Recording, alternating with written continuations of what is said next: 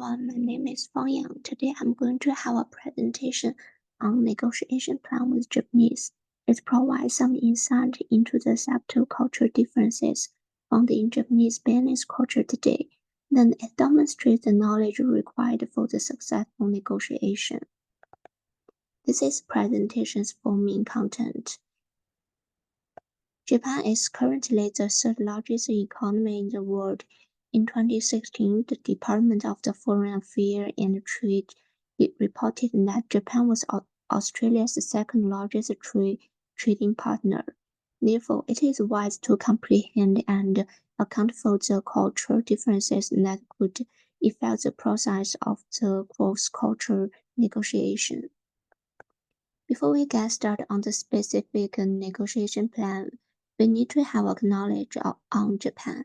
Firstly, throughout its history, Japan was introduced to modern technology and Western lifestyle knowledge in middle 19th century by Westerns.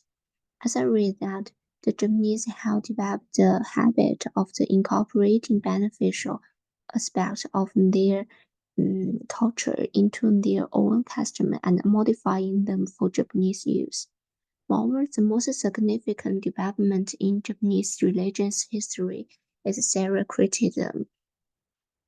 Japanese philosophy is grounded in the realism and gives special weight on the practicality in daily life. Three distinct traditions that heavily emphasize the present life are Shinto, then Buddhism, and Confucianism. Those three primary philosophical and religious traditions provide the foundation for the certain cultural values in business, which the Japanese use to evaluate both their own and other people's behavior. There is a great deal of the homogeneity in Japanese social customs as opposed to the differences in the ethnicity or way of the life because all Japanese people share certain cultural values and widely recognized standard of behavior. You can see there is a list of Japanese cultural values in business. It involves norms, behaviors, and attitudes, such as when exchanging the business card, people typically use two hands and a small bowl. Nevertheless, they are typically left on the top of the table until the conclusion of the meeting, as opposed to the being put away right away in the business card case. Meanwhile, in business dealing, the honorific form surname is the son should always be used. Take lots of notes means you are interested in this part. During the meeting, people typically bow at the angle of the 30 to 45 degree and hold it for seconds as a sign of respect. Additionally, compliments should be given in moderation and with humility. Although it is nice to recognize someone's accomplishment or positive trait, giving them too much praise could come across as dishonest or even embarrassing. Apart from that, the right side is hosted model in Japan.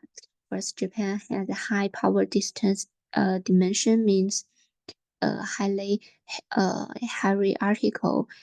Japanese are collectivist, focus on the group harmony. And then Japan has high uncertainty avoidance index, so we need to be well prepared and longer in decision making to avoid uncertainty. Lastly, Japanese pay attention on long-term benefits and commitment. This slide will start at the first negotiation plan, where they emphasize the effect of the Japanese cultural characteristic and values on how they approach the specific negotiation task. In the differentiation part, due to their high contact communication style, Japanese negotiators tend to be indirect and rely on the implied understanding. A preference for formal documentation and presentations is seen in the organized sharing of the information. It is acceptable to ask less direct questions in order to respect of the hierarchical relationship and prevent conflict. In exploration part, we should know that the value concerns to maintain the peace within the group. Meanwhile, Japanese ideas and recommendations are typically discussed internal before being made in order to make sure they follow the concerns of the group. In order to preserve peace, Japanese rejections are tactful and could take the shape of the recommendation for alternative course of action. In exchange part, instead of pushing for quick wins, the Japanese prefer to avoid confrontation and may make concessions in order to keep the relationship intact. They might wait for the other side to offer concessions out of the spirit of the goodwill rather than approaching them directly.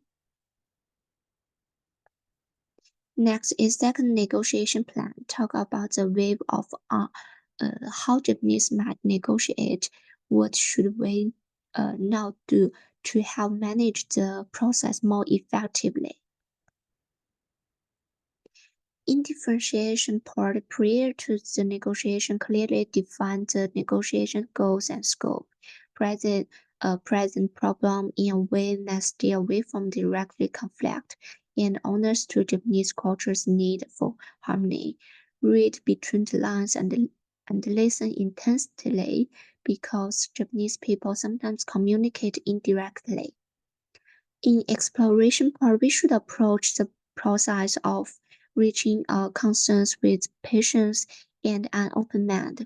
Do not insist on hasty decisions as this could be interpreted as implied. Show how your recommendations are consistent with Japanese long-term objectives and values. Here, patience is essential. If one rejects your proposals, it might not be obvious why. If must reject these suggestions, do it in a diplomatic manner as well. In exchange part, be willing to make concessions and refrain from using forceful negotiation strategies that could result in the humiliation. Present your demand for concessions in a way that Japanese side can accept. Make accommodation that show you are not just interested in the short-term agreement, but also in the long-term partnership. Let's move on to the conclusion part. It summarizes some practical and appropriate recommendations. First, we need to maintain formality such as wait to be introduced, the traditional form of greeting is bow, and avoidance of direct confrontation. In addition, be patient. In Japan, business negotiations are taking time. Additional, in Japanese negotiations, the goal is often to find a win-win solution that benefit both parties. Thus, building a relationship with the individual is crucial because Japanese business people place more trust in people they know and socialize with than in those who are just looking to the transact business. Finally, learning a few basic Japanese words or phrases can help foreign entrepreneurs who want to get better at communicating across cultural differences. Simple phrases like please go ahead, dozo, or thank you, arigatou gozaimasu, can show respect and an attempt to understand Japanese culture. Here, here are the reference lists. That's all for my presentation. Thanks for your attention.